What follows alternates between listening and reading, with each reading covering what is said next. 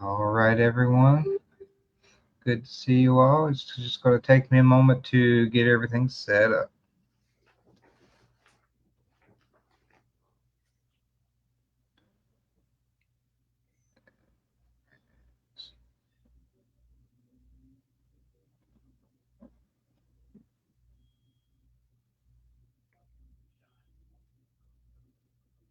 Maybe. It never works out perfectly. So.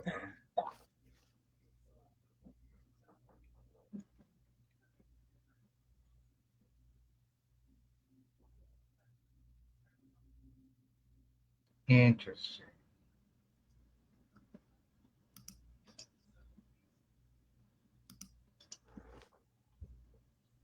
Wonder if I did something wrong. If I got to I wonder if it's me watching myself. So one thing, I don't know. I hope this goes well. This might be the first hiccup I've had. So when I do go live, it shares it to friends only, and I change that to public. And by changing it to public, that's how we get to see everyone's comments. It is not giving me the option to change it to public. Oh no. But I'm going to share it in Books of Horror. See if that helps with everything.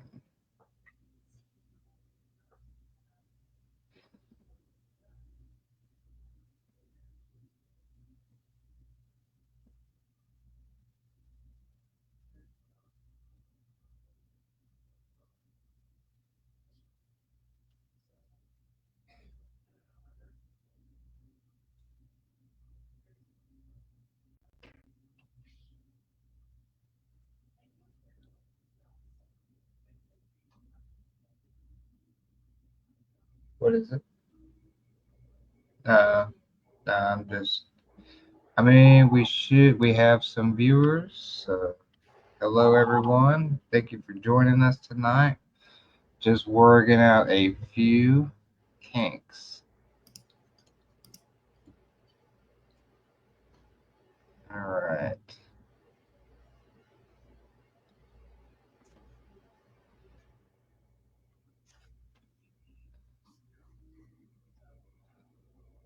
All right.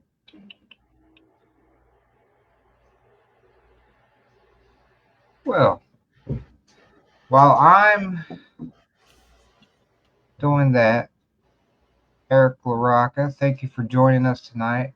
Um, if you would, please introduce yourself and tell everyone who you are and what you're all about. Yeah, for sure. Well, thank you so much for having me. I really appreciate it. Very honored to chat with you. So I'm Eric LaRocca. I'm a author of horror, dark fiction. I've written several books. Um, Things Have Gotten Worse Since We Last Spoke is a big one. Everything the Darkness Eats. At Dark I Become Loathsome was my most recent book that came out in January of this year through Blackstone Publishing and was also optioned as a film by Norman Reedus from The Walking Dead. And I have a new novel coming out in September of this year with Titan Books. They're my publisher in the UK, and it's going to be the first installment of a trilogy of books set in a fictional town in New Hampshire. And the first book of the series is called We Are Always Tender with Our Dead, and that comes out September 9th from Titan Books. So yeah, I'm really excited to be here and to chat with you and to celebrate Pride Month. Absolutely. And it sounds like you are a busy writer indeed. Yes, Um, yeah. No, I'm very lucky. I'm really lucky that I'm able to like get up every day and write and create and tell stories that resonate with people. So I feel really, really fortunate to do that. Are with that, are you a full-time writer? Yes, yeah, I am a full time writer. I went full time maybe 2 years ago, and it's been such a just a blessing to be able to kind of be the master of your own destiny and do what you love to do every day is just so wonderful. I kind of took a leap of faith that day 2 years ago, and I was a little nervous and I knew I could make it work. But I actually didn't really tell my parents what I was doing. I was just like, it was just me and my partner. I live with my partner. And I always go to my parents for like advice and to see like what they think of things and, um, for life advice. But I didn't tell them what I was doing. And I just kind of went through with it. And then a couple months passed and I was like, wow, I'm like really doing it. And uh, it became a thing where it's like, all right, I'm doing it. So it's been really wonderful. It's been great. I've been able to write a lot of new material that I'm really excited to share with everybody. Really excited to work with Saga Press, which is an imprint of Simon and Schuster. I have a book coming out with them in 2026, so next year in March. But yeah, it's been great to like be my own boss basically and Yeah, read what I want when I want and write whatever I want. yeah, that's pretty cool. Like to be able to live out that dream. I think that's a lot of writers' dreams when they first start out, or maybe grow into it. But that would be my question to you: is when you actually did take that leap, was there any sort of transitional period where it was like going from having a day job to turning your passion of writing into your day job? Yeah, I mean, I've always been very militant about my writing and my creative process. So for me, it was kind of it was kind of like intuitive for me to just kind of switch over to writing full time. I'd always like treated my writing, my art as if it were a full time job. So even when I was working a day job, I would always make sure I made time in the day, even if I had already worked from like 8:30 to 5 that same day. I would always try to come home and like write for at least an hour and just get a couple hundred words on the page, no matter what. I mean, I really think a lot of it is just like showing up and doing the work and being committed to it. You know, I think it's important to be diligent about your art and to obviously, follow your muse and follow your passion. But for me, it never feels like work. Like it never feels like something I have to do. It's something that I'm like really excited to do.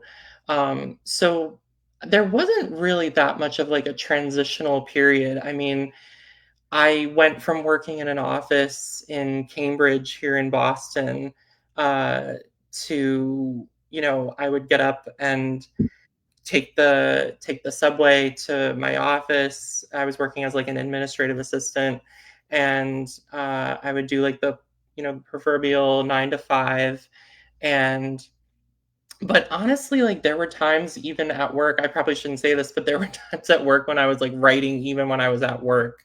Um, like I would definitely take advantage of the downtime that I had as an admin assistant, and you know, follow my passion and write what I wanted to write. And then when I switched to full time writing, now it's become a thing where it's like, all right, now I have to really like apply myself and get in the chair and sit at my desktop and and really write. But like I said, it doesn't ever really feel like a chore. It doesn't feel like something I have to do. It's something that I really, really love to do.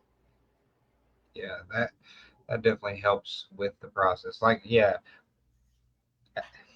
being able to create art and not have it feel like a job absolutely probably keeps your creativity flowing at all times. Because once you start, if something was like start making you feel like you have to do this instead of you want to do this, I think that would stifle the creativity. Oh yeah, 100%. I mean, you're not going to feel like inspired to create when you're like forced into something, when you're forced into to writing or um, being creative. I think really like great moments of creativity come from when you're not even really maybe even sitting at the desk writing. You're like doing the dishes or you're walking the dog or you're walking around the neighborhood, like those moments when you're kind of free and you're able to just take in the world around you and see and come up with new concepts and that's just I don't know, that's what's really exciting to me is to be able to just have that freedom and where it's like I don't have to write, like I want to write, I want to sit down and create and tell stories and um that's just like my love. Like I've always loved writing. I've always loved creating and telling telling fictional stories. It's just been like my dream to do this for so long and it's really fulfilling to be able to do it now full time. That's awesome. Which kind of leads us into one of our questions we got earlier in the day, which is from Ruth Ann Jaggy. And she says, Eric LaRocca is a peach. He's a unique voice in the genre. I'd love to know who, what, where influences his original stories.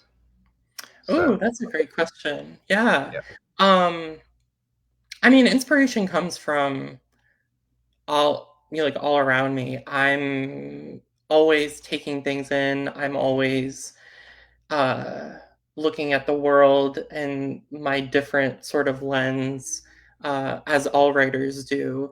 Um, horror writers, I feel like especially are masters of the worst case scenario situation, where it's like, what's the worst possible thing that could happen to these characters in this location, in this story? And I often find myself reading not a lot of horror fiction, but like a lot of like literary fiction. yeah, Uh, and I try to read outside of horror quite a bit, just because I don't want my own writing to become stale and just like lifeless. I really feel like it's important for genre writers to read a lot outside of their preferred genre. So that being said, like I do read a lot of horror, but I also do really try to read a lot of fiction outside of horror. Um, so I mean, influences can come from those books I've read, um, from like news stories of things that I've read about, like world events or like local news. I'm really interested in like horror fiction about people doing awful things to one another. right. That's what's really interesting and like disturbing to me. I'm not someone who's really I'm not like scared by like monsters or anything like supernatural. To me, like mankind and just humanity in general is really terrifying. So I feel like a lot of my work is imbued with that sort of anxiety where it's like, what's the worst thing that this person can do to me? Or what's the most depraved, debauched thing that this person can be like obsessed with and then takes it out on, uh, someone else. So, um, yeah, it kind of comes from everywhere, my inspiration. But yeah, I would say definitely like outside the genre, a lot of like literary fiction and just yeah, just a lot of like my queerness, like a lot of like LGBT focal points in my pieces. So I'm really influenced by. I'm also very influenced by obviously horror writers. So like anything by Dennis Cooper or Poppy Z. Bright, Clive Barker. Um, yeah, I mean the list. I could like rattle on a bunch of names, but yeah, like I think that those are like the three. Oh, and Chuck Palahniuk, he's definitely like a top one for me as well. Yeah. Um, so with those, like you said, you like to read outside the horror genre. Do you have any comfort authors that are not of the horror genre that you go to maybe reread uh, multiple times on their books, or like anytime that they're dropping a book, you're like right there day one? Is there any of those authors that are outside the horror genre? And who Yeah, are yeah. I actually, well, I don't know if I haven't like reread a ton of the literary fiction books that I read, but um, I recently just finished reading actually this book, Asunder by Chloe Aridigis. I don't really know how to pronounce the last name, but this was really exceptional. So it's about two museum guards in London and how their lives sort of just like unravel. And it's very like surreal, very like hypnotic, pretty mesmerizing. I also read Empty Houses by Brenda Navarro like a couple months ago. I actually did reread that one. That one was a really excellent novel, and yeah, I'm trying to think of other really great like literary fiction authors. There are doesn't have a lot of like literary authors that I like that kind of like straddle the line between literary and like dark, not necessarily horror outright. yeah. Um, but I know like Karen Russell is kind of in that lane. Like Kelly Link is another one. I love a lot of Kelly Link's works. Um, and then of course like Mariana Enriquez, she's amazing. But she's more like I feel like she's more defined in the horror space than some of the other authors I mentioned recently. Um, but like I loved Our Share of Night. I loved The Dangers of Smoking in Bed. Um, I love her short fiction a lot. Like she's incredible. And I actually do I return to her short stories a lot. I find myself returning more to short stories than I do like longer novels, longer works of fiction. Um, I recently reread some Thomas Ligotti short stories just because I just felt like it. And I mean, that was pretty amazing because it held up for me. Like I had read some of these stories when I was back in like college age, like 10 plus years ago. Um, and they still held up and very, very unnerving. So I'm a big Thomas Ligotti fan as well. I have a few Thomas Ligotti books, but I haven't read them. And but one of our fellow admins, Hans, he is a huge Thomas Ligotti fan. So it's just, that TBR just grows and grows and grows. So everything that you had planned to read just gets pushed down, and you're like, and if you're a writer, you have writer friends, and guess what writer friends do? They're Yeah, just going to pile more on top of you. So exactly. it's impossible to catch up. But Yeah. yeah, that's cool to see where your influences come from, and also who you enjoy reading, and like how you escape, your own field that you write in. So Yeah, I feel like that's important. I feel like it's it gives you you a know, lot more perspective. Yeah, like yeah, it gives you more perspective. It gives you more, it gives you more experience outside of just the horror tropes. And the archetypes that you find in horror fiction, and you can really like bring those things that you learn about in literary fiction. For me, I can bring those elements into horror fiction. At least I hope, and try to make something original, something unique, something compelling. Um, yeah, I think it's very important, and a lot of all the writers that I respect and that I'm really friendly with. I mean, we're all like readers. We're all readers first. We're all fans of literature first, and that's kind of how we started our love of writing. Like we started by being in the school library or the public library in our town and just reading books in our preferred genre, or maybe discovering our genre through reading various kinds of books. So it's wonderful, I think, to read as broad as possible. Yeah, absolutely. And going back to touch on what you said, I think I'm in full agreement with you. Humans are absolutely the worst monsters that anybody could ever come up with, Yeah. and the things that they do to one another. So I think that's why a lot of readers gravitate towards your work and stuff. So um, just yeah, if you want inspiration, turn on the news and just watch for any given 5 minutes, and there's all the inspiration you need. Yeah, it's unfortunate, especially like the times that we're living in now. It's almost like, you know, am I going too far in my fiction? Is this too dark? Is this too bleak for what's going on in the current world, like the social climate? But I found that readers are more uh, more adventurous to go into the darkness in really dark times, and it's almost like a safe sort of escape for them. It's a really it's a safe space for them to just kind of confront their anxieties and deal with what's troubling them and then close the book and it's over.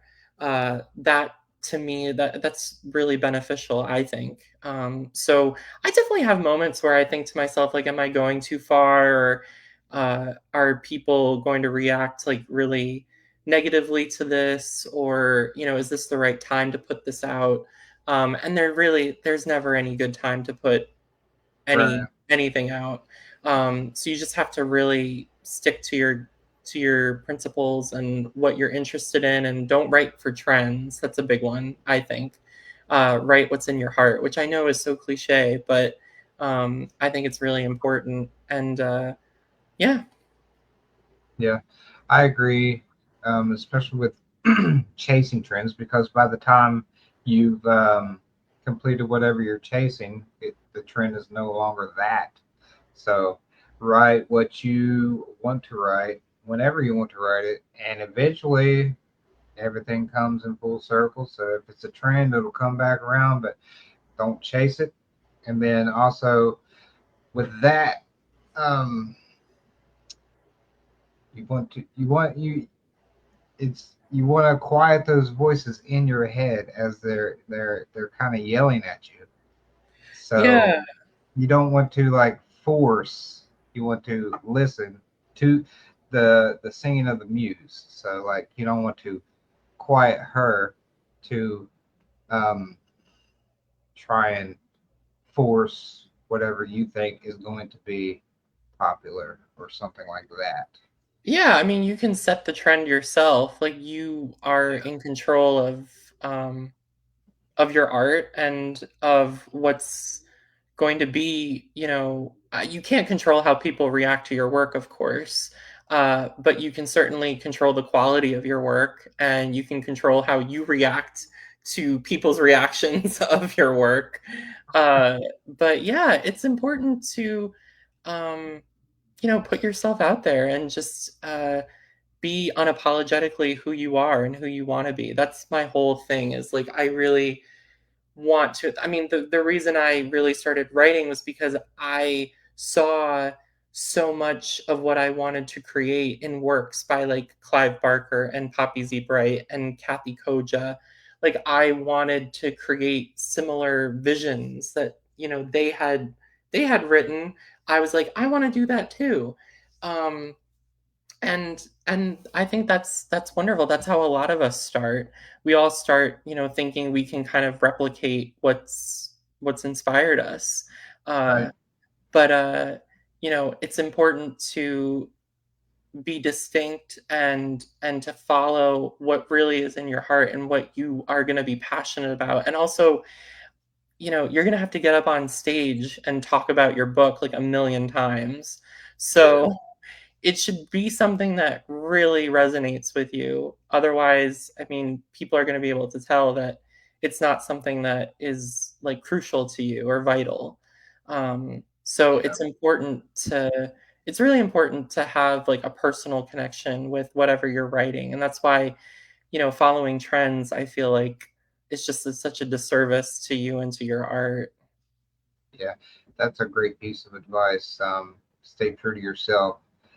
That's what I tell a lot of people, or a lot of writers, or people saying that they want to get into writing. I tell them, and they're worried about alienating themselves from maybe readers or fellow writers. And I tell them, I say, write the story as you see it, and your audience will find it. It might take longer, it might not be so long for the audience to find it, but whatever story you write, there is an audience out there for it. Oh, absolutely. Yeah, Absolutely. no Um, matter how depraved, or if you think you're pushing boundaries, somebody's always out there pushing the boundaries further. But there are people out there that will connect with it. That's what I try and get them to understand. Yeah, are these people like that you're talking about, like are they afraid of some of the content that they're writing might be like too extreme? Yeah, I think that plays, especially new writers. They're like afraid. They haven't found their voice quite yet, Yeah. so they're afraid. They're like, I guess maybe of judgment from readers or writers, which you're going to get that. No, you could write the most tamest story ever, and somebody's going to be out there judging it. Somebody's going to be like, this is too wild for me. You're writing about puppies playing in a meadow with butterflies, and they're like, no, this is way too much for me. So you just have to stick to your guns with and your convictions in your writing. So that's Yeah, why I you have to tell stand people. behind your work. You have to be able to get up there and be on a platform kind of and say Yeah, like this is my art, this is what I'm creating, and I stand behind it. It's inevitable that people are not going to connect with what you're writing or think weird thoughts about you and think maybe you condone some of the material that you're writing about. That's inevitable, unfortunately. That's just like that's just how people are, yeah, unfortunately. But I mean, what's in your heart. You know who you are. And a lot of these people that make these kind of assumptions about authors and feel like maybe they're condoning some of the more explicit actions in these books.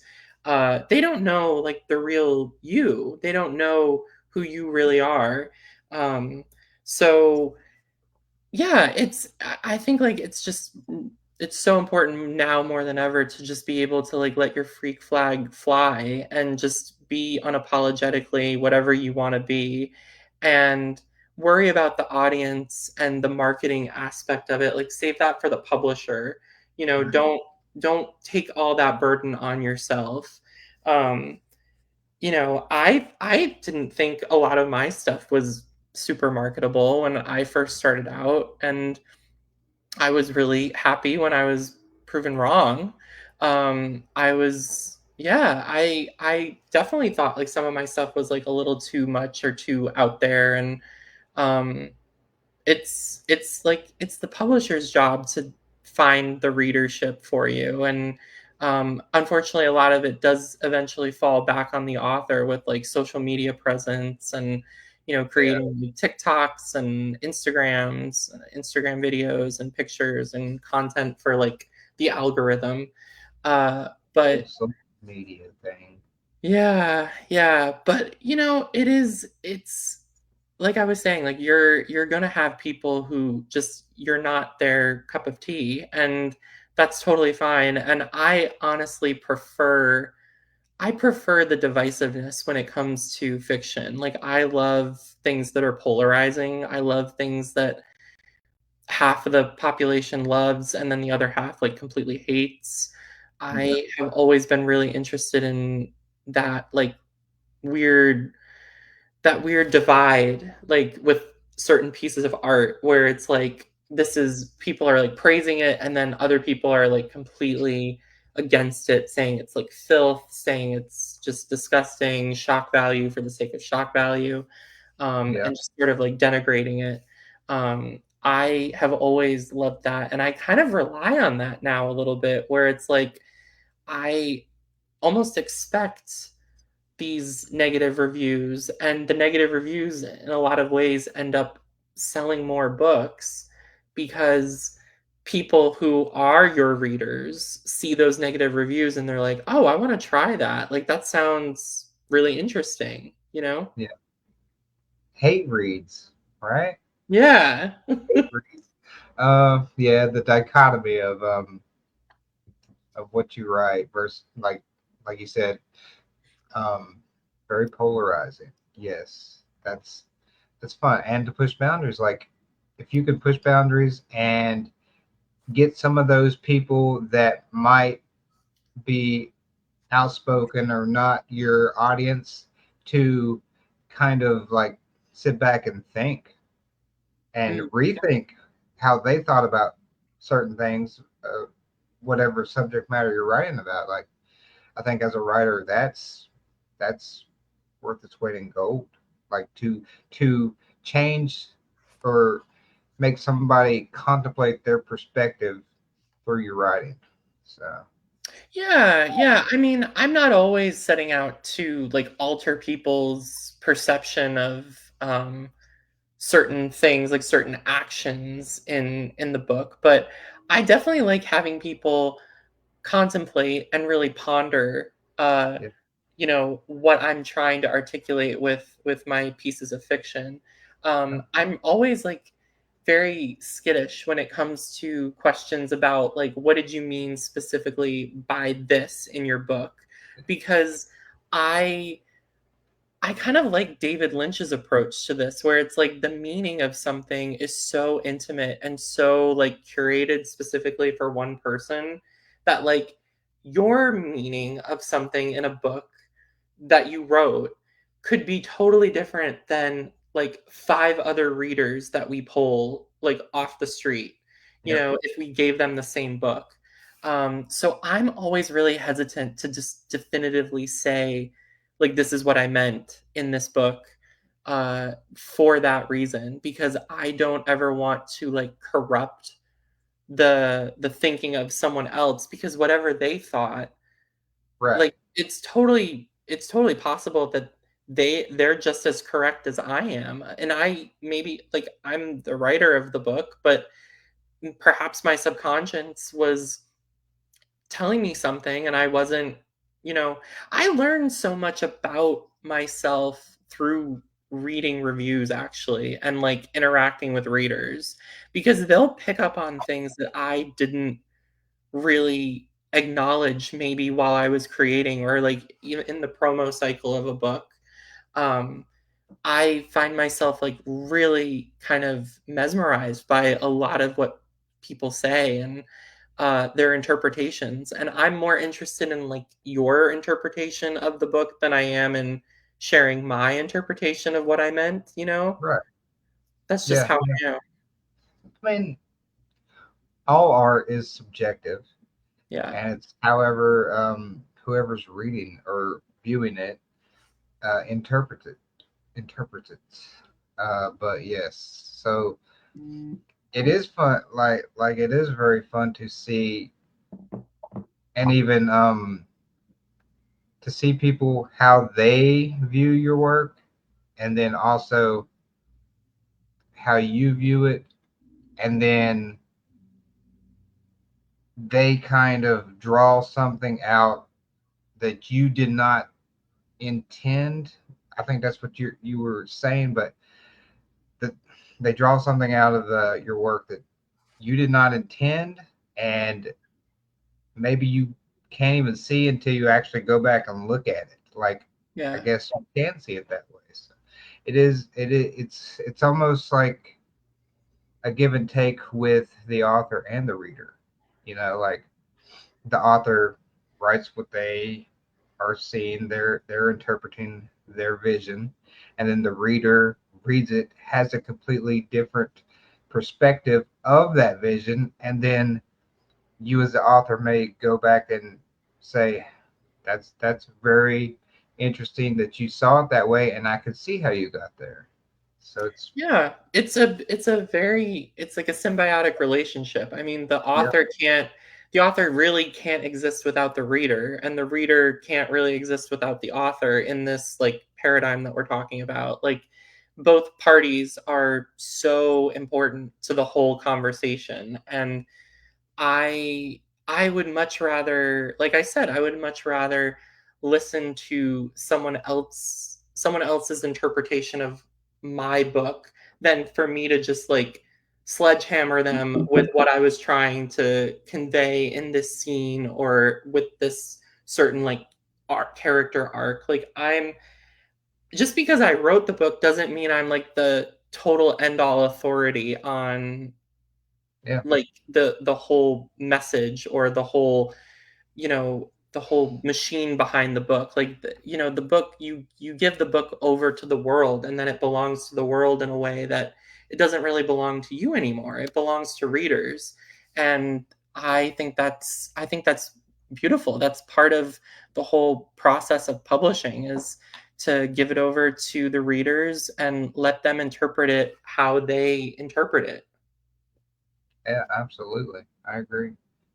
um all right, I want to ask you a few questions that I normally get to.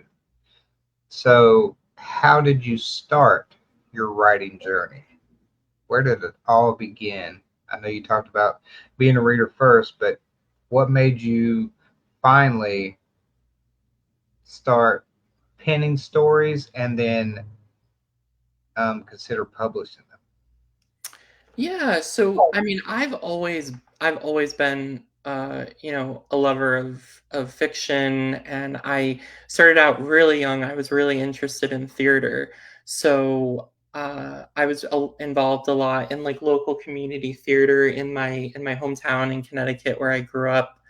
And I read a lot of plays by like Tennessee Williams and Edward Albee, Arthur Miller. Like I read like all of the classic sort of American dramas, and I was really, for a while, I was really on the path to being like a playwright. And I wrote like a lot of plays in my early days, like in my early teen years. And then I sort of like switched at some point, like maybe late high school, definitely before college. And I just found this love of horror. And the shift happened like so organically, but my parents were super supportive, and that was wonderful. um but yeah, I just sort of started reading a lot of horror and like watching a lot of horror films. And I remember it was really like Clive Barker, his work, that really was a huge turning point for me as a reader. And then, finally as a writer, when I was reading like the books of Blood and Hellbound Heart back to back, and I was like, wow, you can do this stuff like in literature. I had no idea. Like I was so sheltered reading like The Crucible or like A Streetcar Named Desire that Yeah, I had no idea like the limits that you could push with transgressive queer horror fiction, like body horror. And it kind of just like opened up my world completely. And from there, I just started writing stories. I was really hesitant to write like a full length novel for a long time. I was really kind of put off by it, just because it seemed so complex and it seemed so like impossible. And I really was just so comfortable writing like short fiction. And a lot of the writers that I really admired, like Clive Barker and um, like Michael McDowell from, well, he did a lot of novels too, but I remember reading a lot of his short stories. And then of course like Thomas Ligotti, he writes a lot of like short fiction. A lot of those writers were primarily like writers who came up writing short fiction. So I found myself really invested in the art form of writing short stories, which, like is an art form in and of itself, because you really have to tell a very concise, coherent story in a very short page count. Yeah, And I mean, there are elements that you can bring from that skill set into writing a novel. Um, but it's definitely like a learning curve when you switch from writing only short stories for like maybe 3 or 4 years, like I did, and then switch to writing novels. So my comfort zone was really like short stories and then like novellas. I kind of like inched my way up the ladder to writing, from the short stories to novellas. And then things have gotten worse since we last spoke, came out in like 2021. And that kind of just like blew up everywhere. And I had a lot of agents that were talking to me and they were like, well, I can't really sign you. I can't really do anything with you until you have like a full length novel under your belt. So it kind of became a thing that I had to do out of necessity. Um, but now, I mean, I've written several novels now that right. some of them haven't come out yet. They're slated to come out over the next like couple years, but I definitely feel a lot more comfortable writing novels now. But my journey, I mean, to get here was pretty organic and it flowed pretty naturally. I think like it started like, starting with my love of theater, and I feel like my love of theater definitely influences some of my writing, where it's like a lot of my works are very small, contained cast of characters, almost like chamber dramas, and maybe one or two locations. So I definitely like use my background in theater. I feel like in a lot of my fiction, but from there it went into like literature, into writing fiction, and um, I'd love to write like for film one day. I feel like that would be a really Yeah, cool thing to do. I'd love to like adapt one of my pieces for a film or like a TV show, TV series. Um, but yeah, that's kind of like the overall view of like my journey like coming up. yeah, that's very cool. Um, I don't, at least to my knowledge and from the people I've watched and listened to, you don't get a lot of people with a theater background or people that you said you started out kind of writing plays and then finally switched to uh, prose. Yes. But I don't recall too many people having that sort of upcoming with their writing. So that's very interesting. Um, yes, Clive Barker.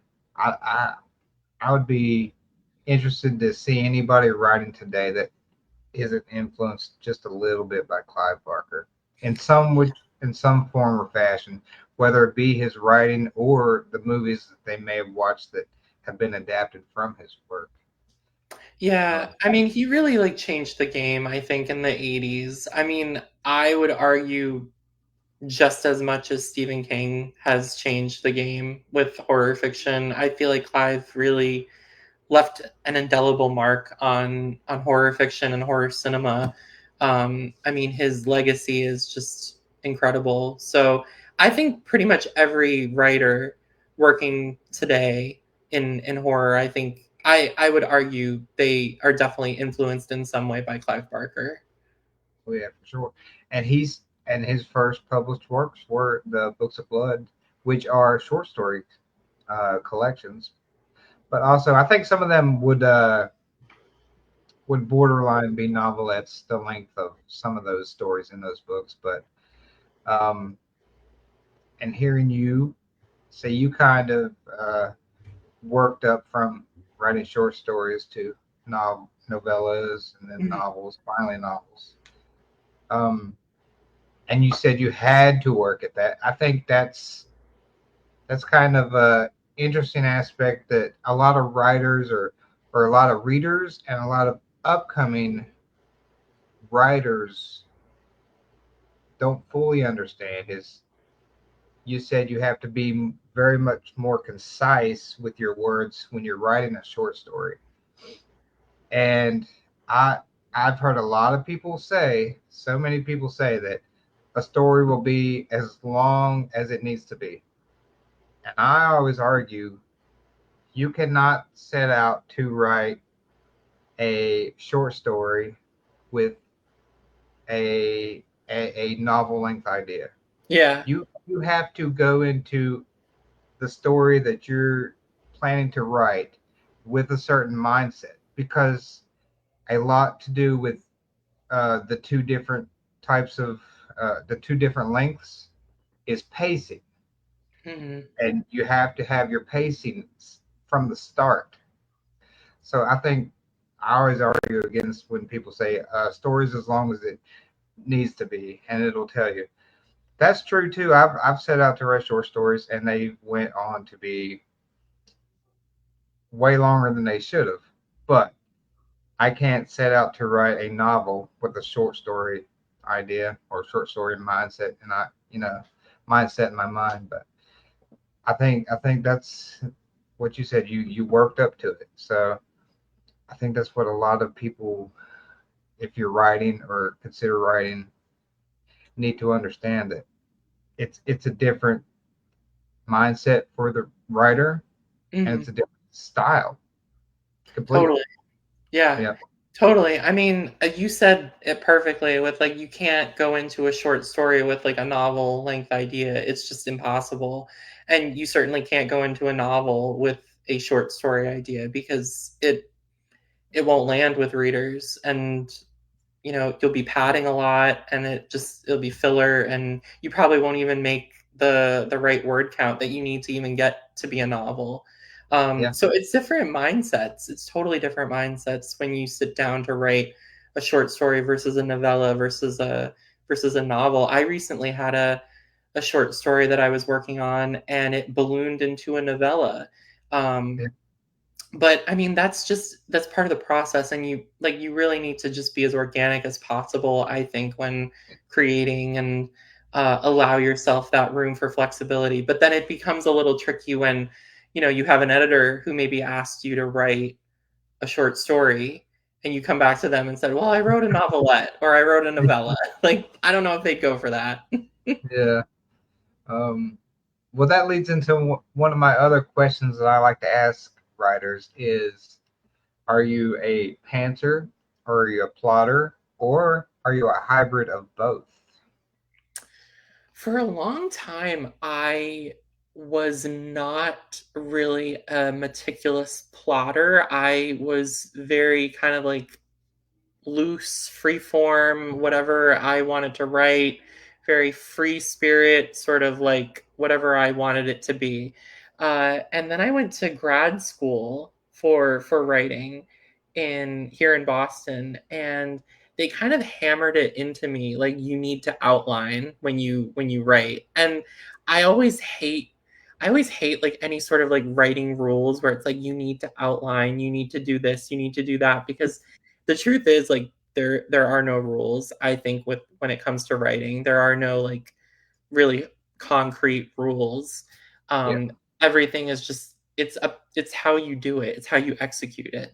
um, that being said, I did find a lot of usefulness in outlining and planning what I was going to write, as opposed to just approaching it with this very like loosey goosey sort of like approach. And yeah, it kind of came.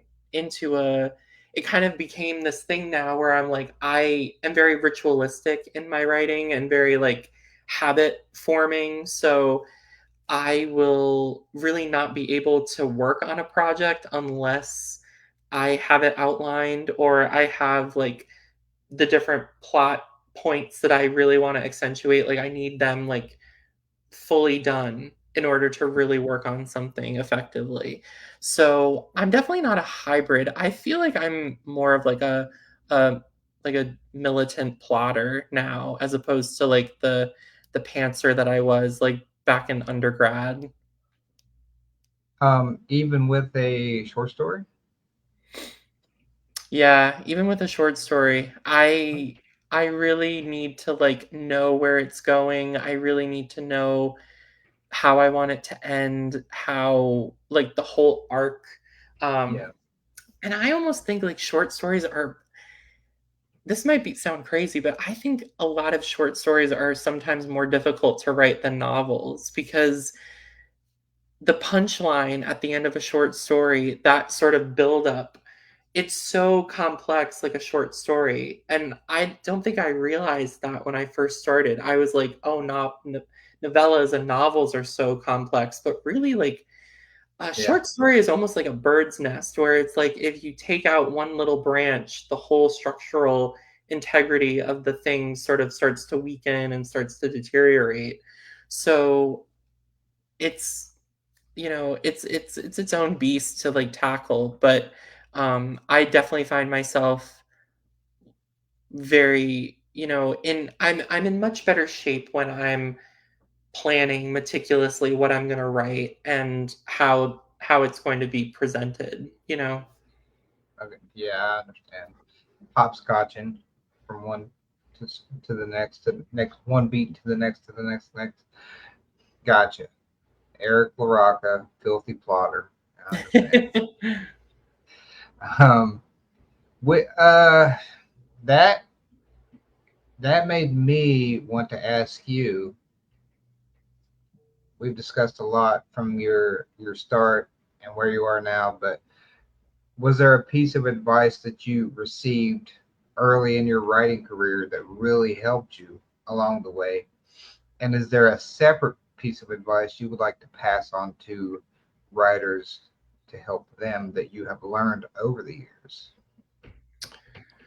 Yeah, I think like for me, one of the biggest pieces of advice, which we kind of touched on it earlier, was just and it's kind of cliche, but like it's so true, to just be unapologetically who you are because your Yeah. story is so unique unto you that no one else can really replicate it. So your fiction and what you create is so it's unparalleled and it's so unique. Uh, so be unapologetically be fearless in your approach, uh, and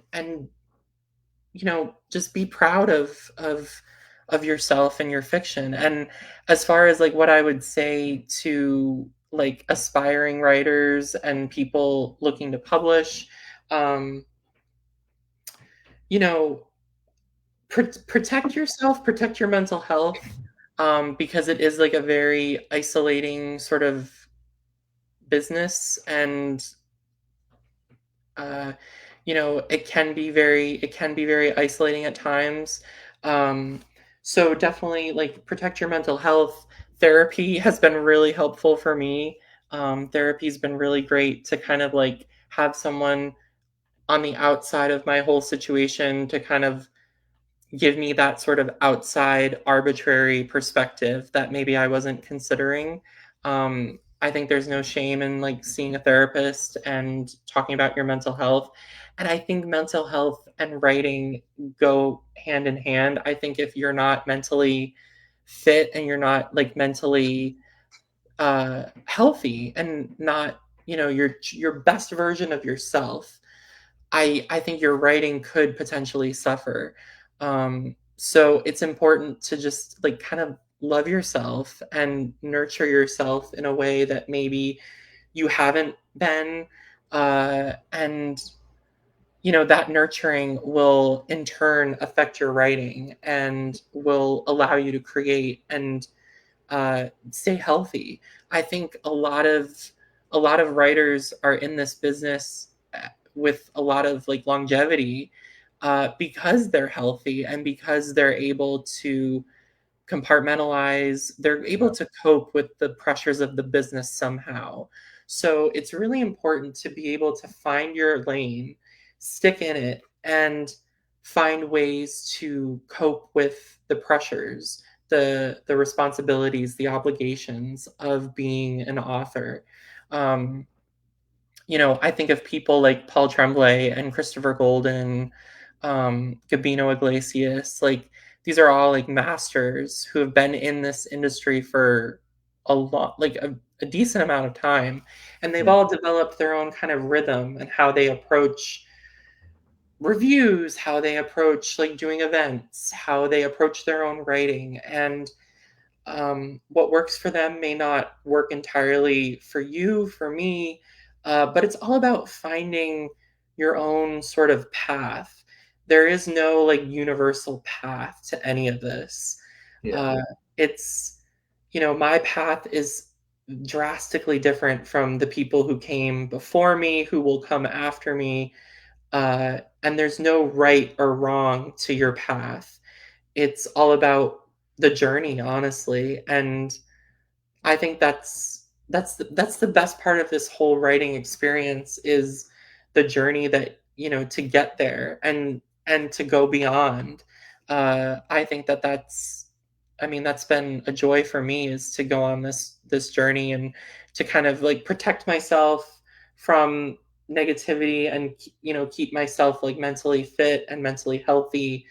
Uh, and that way I'm able to keep writing and keep creating. I think that's all that I can really do for the people who read my work and the people that come to my events and whatnot. I want to be like the best version of myself for them.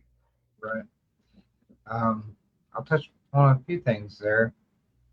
Going back to the first question and your first answer, be unapologetically you. I guess you could boil that down very simplistically is write like nobody's going to read it. Mm, That way you can absolutely stay true to yourself. yeah, And then with your second part, mental health, yes, it we have our ups and downs in this the world we live in, but it's getting less and less stigmatized. So that's yeah, that's awesome that it's getting there, and people sometimes push back, but I think more and more people are realizing that like mental health now is a lot of your day to day and how you live your life and your experience in life. So the more that you can, as you said, learn to cope with things, compartmentalize, and then be in the right headspace, especially for writing, being in the right headspace. I yeah, think that's awesome advice. Like, so it it kind of takes the author or the person to have a little um, self awareness to realize that they might not be in the best headspace, or a friend. So if somebody's watching this and they see somebody struggling, reach out or reach out to them and have a conversation with them. Or if you are the writer, like you said, like reach out to somebody like a therapist or something and be able to talk it out with someone else to help you and get your perspective where it needs to be. So I think that was great advice. I don't think anybody's ever given that advice so far. So oh, good. I'm a pioneer. um, aside from that, I think we've touched on everything. One one thing that I would like to ask you before we start winding it down, is what has been the biggest surprise for you in joining? I usually say the horror community, but it could be the writing community, or this community we find ourselves in. What has been the biggest surprise for you? I think the support and like the level of like the intense level of devotion and love for the kind of fiction that I've always loved, but thought I was alone in loving. Yeah. Um, like intense, visceral, queer body horror. It's very niche. So I thought I was like kind of an island of one for so long. And then, publishing my work and interacting with so many readers and fellow authors, it seems like something that was necessary for so long. And it's wonderful that there's such an appetite for that now, especially like queer centered stories. When I was like in high school and even early college, like I didn't see a ton of queer representation in horror fiction. The kind of like characters that I would see that were queer, um, obviously there's like Dennis Cooper from like the 90s, like books like Frisk and Closer and The Sluts, which are some of my favorite books, but I didn't see anything else really. I mean, like there was like Poppy Z. Bright and Clive Barker, but like in the 2010s when I was like really discovering horror, I didn't see a ton of queer material Yeah. being published. And now it just feels like it's completely reversed, where it's like all I see is queer material being published. And I think it's amazing. I think it's incredible that so much LGBTQ plus fiction is being presented to us now. And there, like I said, there's such an appetite for it. And I guess that shouldn't necessarily surprise me because I feel like the world is changing and evolving, and we are becoming hopefully a little bit more accepting of marginalized groups. Um, Yeah. but it's great to see, the level of love for things that I've thought I was like alone in appreciating for so long. And um, that's been maybe not the most surprising thing, but it's been like the loveliest thing for me. It's been like the most soul fulfilling thing that I've experienced, is that like I'm not alone, and that there are others like me who appreciate the same sort of fiction that I love to read and love to write. Yeah, absolutely. Um, if I was to guess what changed from then until now, I think it's the rise of KDP. Honestly, Yeah, like the rise, the more people had access to self-publish, the more diversity you are going to get out there in the world. So I think you're it right. may not be KDP, might not be the end all be all now, but I mean it blazes that trail that Yeah, people could start self-publishing. So yeah, I think that would be the difference between then and now. And yeah, and also too, like people are a lot more outspoken in their support, in their writing, in their feelings, whatever it is, like whatever they're trying to come across with. So like that's good. Like it's been it. I would say like it's been people, marginalized folks have had to live in the shadows for far too long, and now finally people they're coming forward, and then they have the support system for that. So I totally and agree.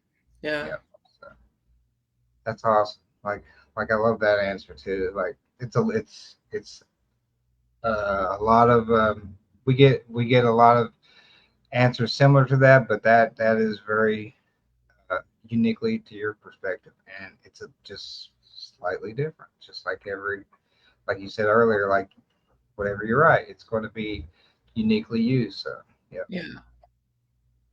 That's why I ask these questions to everybody. They're the same questions, but every answer is going to be slightly skewed one way or the other to that individual. So, Right, exactly. um, well, Eric LaRocca, I've had you on here for just slightly over an hour. Love talking with you. Wrapping it up, please tell folks any upcoming events you have, anything you're working on now that you could share with folks, and where they can find your work. Yeah, absolutely. So I do have a couple of events coming up in the coming weeks. I'm going to be at StokerCon next week in Stamford, Connecticut. So I'm really looking forward to that. I'm also doing the ALA convention, which is the American Library Association convention in Philly at the end of June.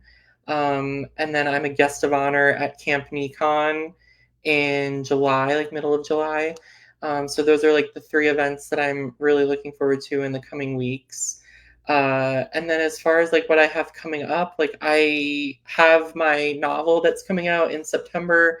We Are Always Tender with Our Dead, which is like the first installment of my Burnt Sparrow series with Titan Books, and I'm really nervous to share that with everybody. It's pretty gnarly, pretty grotesque, and very queer. So I'm really looking forward to responses for that.